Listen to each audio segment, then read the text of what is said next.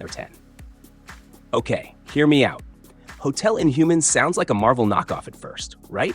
Like you'd expect Wolverine to be working the front desk or something. But nah, this one is pure psychological mystery gold. The concept? You check into a bougie hotel where your trauma gets treated. But the treatments are darker than anything you signed up for. Think Black Mirror meets Paranoia Agent with a touch of Junji Ito madness. The art style is low-key eerie in the best way, and every episode has you questioning reality.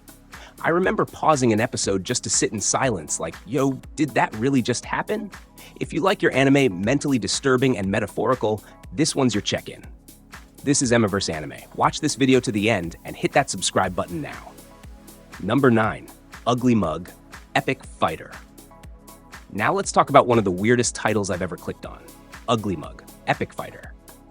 I know, the name sounds like a roast session waiting to happen, but I swear, this anime is pure underdog greatness. It's about a guy who's literally ugly, like NPC background character number 7 level of ugly, but he's got heart. And fists. Lots of fists. Think of it as a mix between Mob Psycho 100 and One Punch Man, but with a protagonist who gets constantly overlooked until it's too late. And that's the whole charm. The fight choreography is slick, and there's this running gag where people keep mistaking him for someone else before he obliterates them. This anime made me root harder for the MC than I ever have for good-looking protagonists. Ugly Mug's got that punch society in the face energy we all wish we had.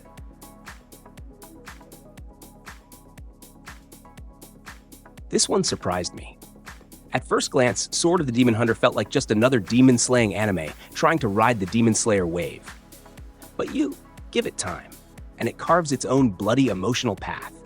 Set in a dark, cursed world where demons aren't just monsters but reflections of human despair, this anime dives deep into morality, sacrifice, and vengeance. The main character?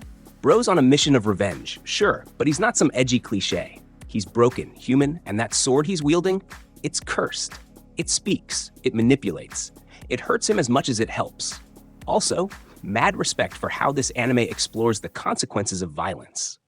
Like, not every demon needs to die, and not every human deserves to live. Wild stuff. Super slept on. My Hero Academia, Vigilantes. Yes, I'm putting a My Hero spin-off on this list. And before you come at me with pitchforks, Vigilantes is actually better than some of the recent seasons of the main series. Yeah, I said it. It's set before Deku's rise to glory, following a dude named Koichi, who's got a super lame quirk. He can glide slightly above the ground. Woohoo! But this man still becomes a street-level hero. The tone is more grounded, grittier, more Batman, less Justice League. There's real fear, corruption, and street crime. You get to see Eraserhead in his younger days, and he's a whole savage, plus way more insight into hero society's messed up side. Honestly, I binged this and kept thinking, how did this not get an anime before the recent arcs? It's emotional, intense, and 10/10 deserves more hype. Number 6, Migi and Dali. Now this one is just weird. Like, I'm not sure what I just watched, but I need more weird. Migi and Dali follows 2 identical twin boys who pretend to be the same person after getting adopted. Yeah, off to a sus start already. But trust me, it gets wild. They switch places constantly to fool their new parents, and their whole goal is revenge for their biological mom. But along the way, you're hit with dry humor, surreal moments, and some of the most disturbing facial expressions since Death Note's L went nuts over cake. It's one of those shows where the deeper you go, the more you question your sanity and theirs. I love it for how unapologetically bizarre it is. Easily one of the most unique anime I've seen in a while. Number 5, Me and the Alien Mumu. This one broke me. Me and the Alien Mumu is a wholesome sci-fi slice of life with an emotional punch that sneaks up on you like your ex's texts at 2 a.m. It's about a lonely teenager who meets a small, fluffy alien named Mumu, and together they explore human emotions, friendship, and brace yourself, existential dread. I went in thinking this would be light-hearted comedy, and somehow I ended up sobbing on episode 9. Mumu has these moments of childlike wisdom where he'll say stuff like, "Why do humans cry when they're happy?" And boom, instant soul damage. If Clannad and ET had a baby, it would be this anime. Prepare to laugh, then cry, then hug your pillow. Number 4, Hell Teacher. Now, this is a throwback. Hell Teacher Jigoku gives off strong Yu Yu Hakusho and Ghost Stories vibes, but with more chaotic humor and fewer English dub memes. It's about a teacher who's secretly an exorcist, guiding kids while also fighting demons that disguise themselves as everyday people or objects. Yes, even a haunted chalkboard shows up. Don't ask. This anime was ahead of its time with its mix of supernatural and slice-of-life comedy. It's like if your favorite school anime suddenly turned into The Exorcist. There's slapstick, drama, and even genuine horror. And low-key, it made me wish my boring math teacher could throw hands with evil spirits. Number 3. Fermat's Cuisine.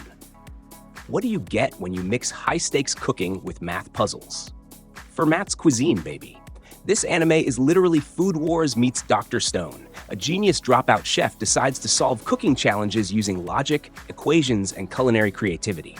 Sounds nerdy as hell, but trust me, it's fire.